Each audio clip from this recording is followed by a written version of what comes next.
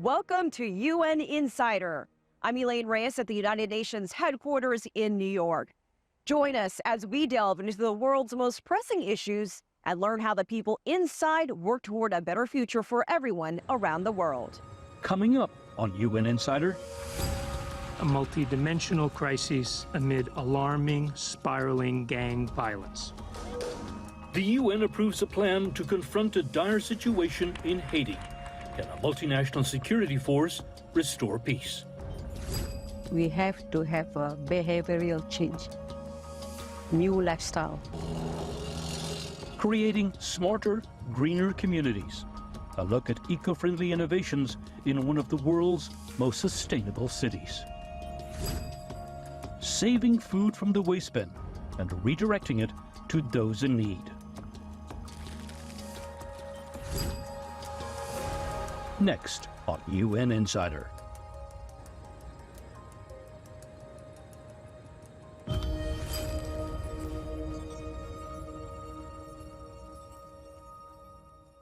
Help is on the way for Haiti. Armed gangs control large parts of the Caribbean nation, creating a security situation and a humanitarian crisis. Thousands have been killed or kidnapped this year, and thousands more are fleeing their homes. The need for aid has skyrocketed. This week, the UN Security Council approved a plan to send a multinational force to support Haiti's national police. Dan Collins has more on the crisis. The UN Security Council resolution was approved with 13 votes in favour and 2 abstentions from China and Russia. The US drafted resolution will send a multinational force to Haiti, led by Kenya. The Biden administration has pledged $100 million to support the mission. On behalf of the government and the people of Haiti, I would like to thank all of those for their voices, their efforts, their support, and their contribution of all sorts have finally made today's decision possible. This is more than just a simple vote. This is, in fact, an expression of solidarity with a population in distress. Separately, the US Defense Department promised another $100 million in airlifts, intelligence and other direct assistance. It's a huge challenge as armed gangs control most of Haiti's capital, Port-au-Prince. Now their reach has spread to new territory, regions like Artibonite and Haiti's Central Department, and the under-resourced police have been unable to stop them. The UN estimates that more than 10,000 people have been forced to flee for their lives from the Central Department just in recent weeks alone. Our whole family no longer has a home, and you know where we sleep. We sleep on the ground. A relative gave us a place to stay. We don't even have suitcase. We couldn't take anything with us. We've got nothing. I'm a woman. I was raped when I was 16. Thousands were left destitute, worsening the humanitarian situation, while the UN says half the population of more than 11 million struggle to feed themselves on any given day. Everything is burnt, even my rent money. I have nothing left. The state has abandoned us. We need security, money, and places to live because we're on the streets. I need a job to support myself.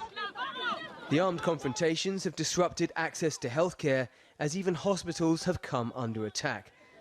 Healthcare administrators say that breaks a generally accepted moral treaty that previously protected health centres as neutral sites. The violence spiked last month after the notorious leader of the G9 gang alliance, Jimmy Barbecue Cherizier, vowed to overthrow the government. He also called for a truce among gangs through a wider, quote, alliance, but the opposite has happened, and the people of Haiti are caught in the crossfire. Dan Collins, CGTN.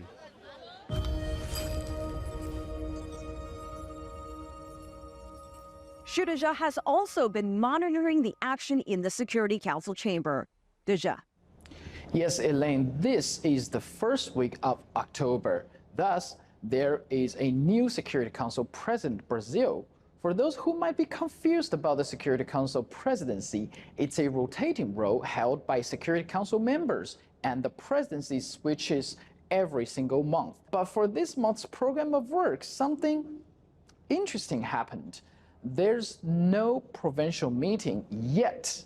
about Ukraine conflict. What does this move mean? I asked the permanent representative of Brazil to the United Nations, Ambassador Sergio Dennis. This is Xu Dezhi with China Central Television.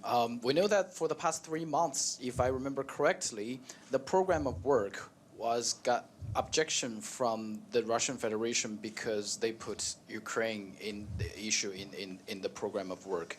Is that the reason why you didn't put any meetings concerning Ukraine here?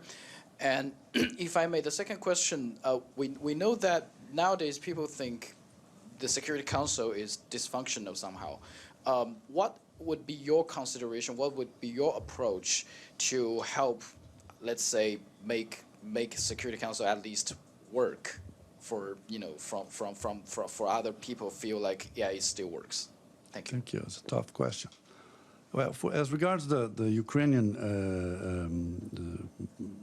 question within the working program, we didn't follow any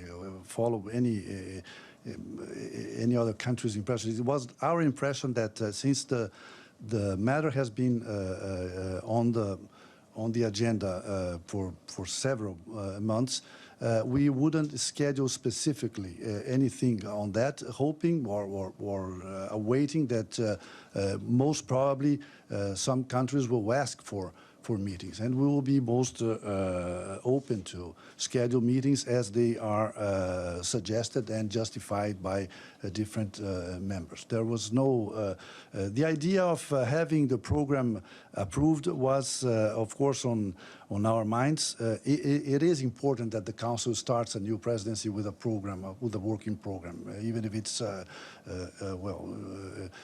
even if to get that consensus, we have to be careful about some issues. But I think that we got a program and we will be working, and the program will be completed as necessary by the members themselves.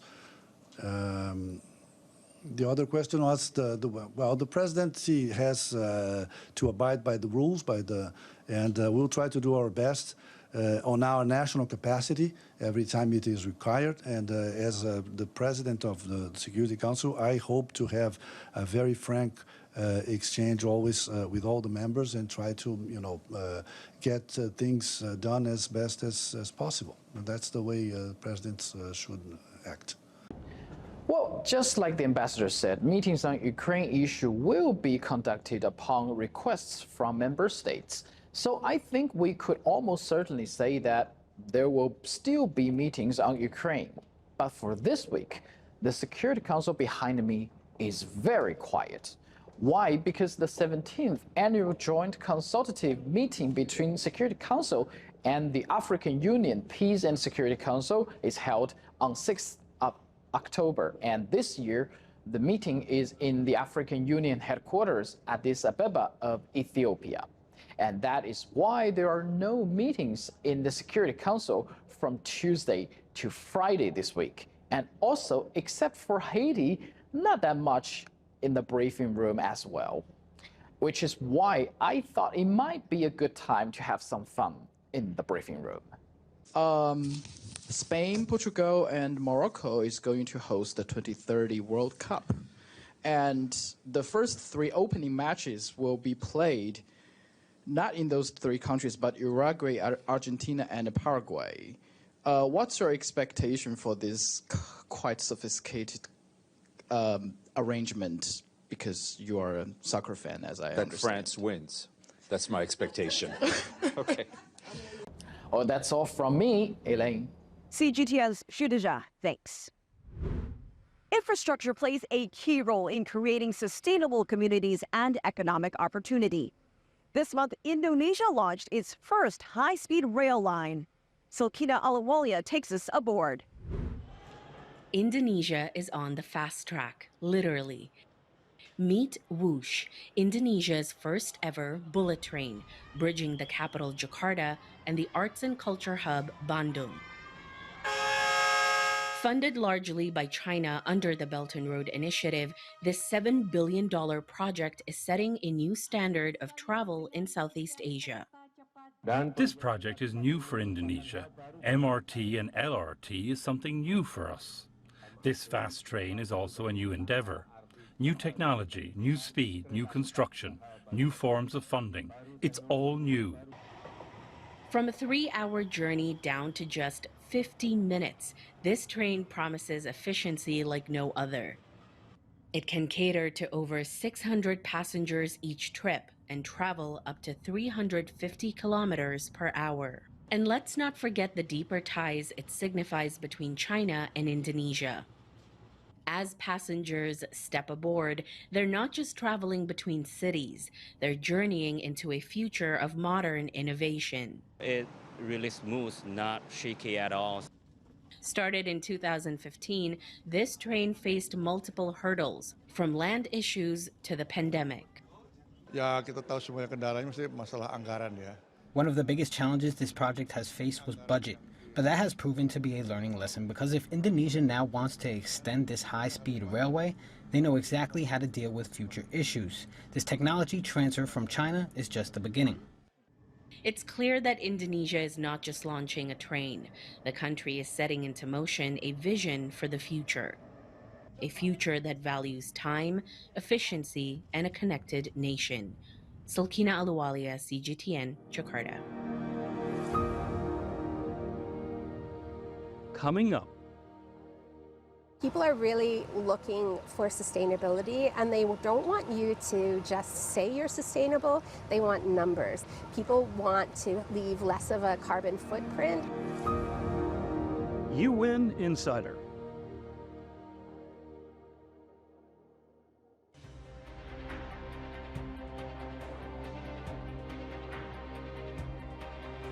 We are CGTN, China Global Television Network.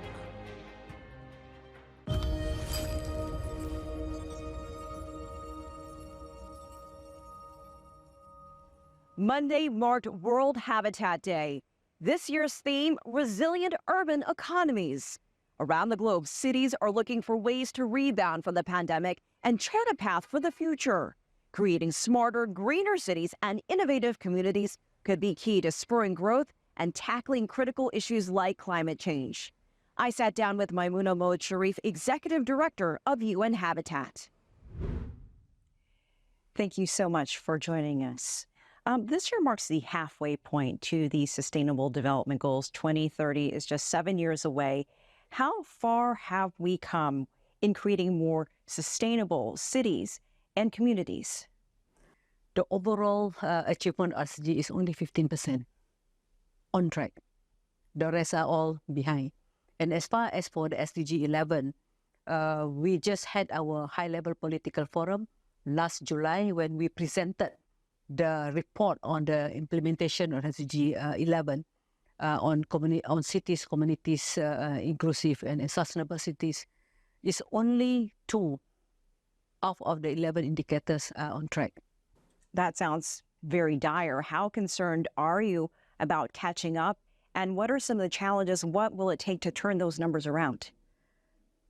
As a former mayor in Penang and as an urban planner, I'm very optimistic. There is still beacon of hope. Cities still play a very important role. And many cities at the cities level, they already achieve more than sometimes at the country level. So here, the challenges is that leadership, political will. Second is the governance in the city. I mean, we have the law, we have the regulation, we have the guidelines, we have the tools. Third is the capacity.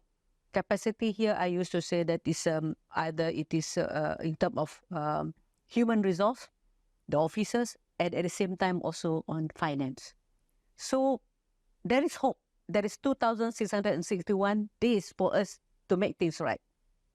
We know that urban areas are major contributors to carbon emissions, but many cities around the world have not made enough or the right policy changes. So what is the most important thing cities can do right now? In order to tackle the climate problem or climate challenges, I would like to say that we have to have a behavioral change, new lifestyle. Like start with myself, start with yourself as an individual. We have to change our lifestyle. We have only one planet. we have two mothers, our own mother and also the mother planet, and we need to change our lifestyle from in the bigger aspect, from the production, from the consumption, and also from when you want to discharge whatever it is. That's why I think we came up with a circular economy, what you call it, circular economy. And how do rural areas factor into all of this? Because, you know, we talk about the urban centers, but many times it's the rural areas and outside the big cities that suffer the most. Yes, if you look at our strategic plan of UN Habitat, the first pillar is reduce poverty. Reduce poverty, and we also link between urban and rural continuum. Even though we are dealing with cities, we are also dealing with human settlement. We are dealing with the metropolitan, we deal with intermediate cities, and also with the rural area. That's why that we believe that urbanization is not skyscrapers. If we can urbanize urban rural area, not into the skyscrapers, urbanize in terms of providing the services that you can get in the city area, may it education, health, job in the rural area. If we can provide the services that you can get from the big city or from the city area to the rural area, I think that is the best. I want to get your thoughts on China's smart cities, putting an emphasis on building smart cities. What can other countries learn from China when it comes to that? Yeah, I visited China many times. And of course, as you said, that China now moving forward in terms of the smart city. And we in UN Habitat, we had a flagship program called People-Centered Smart City, and very well jive with what Chinese government is doing. And I'm going to China by, I think, towards the end of October to be there for the Sustainable Cities Award in Shanghai. And I already asked my counterpart there to bring me to the few program or project in China which shows the smart city, which I would like to see, and then maybe we can replicate in other countries. Because I need to formulate the global guidelines for people-centered smart city that it will also give me some idea because they are well advanced compared to other countries. Ms. Maimouna Mullah Sharif, thank you for joining us. Thank you so much for having me. Thank you. Canada is home to one of the most sustainable cities in the world. Vancouver's efforts to create a greater community are also creating economic opportunity. As Francis Ko shows us, the city's practices are a big draw for tourists from around the world. With views like this, you might say Mother Nature is Vancouver's unofficial ambassador. About 11 million tourists visit Vancouver every year, and the biggest attractions center on the city's natural beauty. The crown jewel, Stanley Park, with the world's longest uninterrupted waterfront path, a haven for cyclists and pedestrians. The 400-hectare green oasis shaded by 500,000 trees. Another draw, the Capilano Suspension Bridge, stretching 140 meters and hovering 70 heart-stopping meters above the Capilano River. Look around you. We're nestled in the heart of downtown Vancouver against a backdrop of the beautiful British Columbia mountains and oceanfront. Those in the tourism business know Vancouver's big selling point is its scenery, and they've taken great pains to show visitors how they're protecting it. We take a lot of pride in it. The Vancouver Convention Center has a prime spot to welcome out-of-towners. The reverence to the environment isn't window dressing. Instead of building a convention center and trying to make it sustainable, it is actually integrated into every aspect. It's in every part of our fabric. Quite literally. When the 100,000 square meters of the center's west building was completed in 2009, it solidified itself as one of the world's most sustainable convention facilities. That core foundation reflected in the walls, comprised of 1 million pieces of wood from sustainably managed forests in British Columbia. The center's kitchen uses locally sustainably sourced food. It's a core of my profession and my passion. Juice the beet, add some sugar to it and some maple syrup to it. Many of the ingredients come from the green roof, home to more than 400,000 indigenous plants, providing a natural habitat for animals and a natural cooling system for the building. This is where most of the biological activity happens, where the bacteria will break down the sewage. And at the bottom, an on-site wastewater treatment plant whose sophisticated system recycles wastewater back into the toilets and rooftop irrigation system. This is what the water looks like coming in. The middle one is what the water looks like coming out of our membrane tanks. And the last one is after we add a little bit of chlorine. How much comes in here? I'd say on average we're looking around 90 cubic meters, so 90,000 liters a day, and around 2 million liters a month. Across the way, a different view of the waterfront, but the same vision. We have noticed since the past few years that people are really looking for sustainability, and they don't want you to just say you're sustainable, they want numbers. People want to leave less of a carbon footprint, and they want to feel good about traveling. The hotel created quite the buzz in 2008 when it became one of the first hotels to introduce rooftop hives, home to 250,000 native bees. I'm completely connected to them. Lovingly tended to by chief beekeeper Julia Common. Like this? Yeah, and under your veil. Yep. You'll taste a bit of a savory taste, which is the pollen, fermented bee bread, and that's total protein. It's like a steak. The bees produce 90 kilograms of honey a year, a treasure trove for the hotel's sustainably minded chefs. We wouldn't have so many types of foods that grow because of the pollination of bees. Honey lavender macaroons, rooftop honey truffle. And one of my favorites is to serve honey with cheese. I think it's just a classic pairing, and it's absolutely beautiful. That's really nice. The Fairmont Hotel's model helped propel Vancouver to an important distinction this year, the city with the most sustainable hotels in the world. Here, putting Vancouver's best face forward, almost second nature. Being in nature is such a big part of who we are. Frances Coe, CGTN, Vancouver, British Columbia, Canada.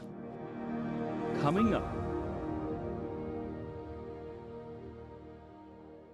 Local activists estimate 500 tons of imperfect yet perfectly edible food go to waste every day. UN Insider.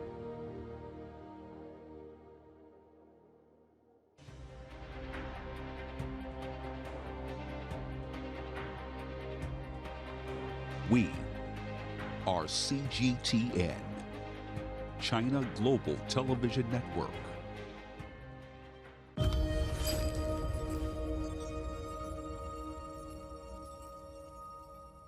Too much food goes to waste while too many people go hungry.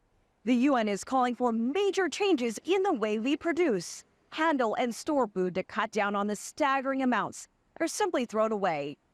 Alistair Baverstock shows us how one food bank in Mexico City is addressing the problem.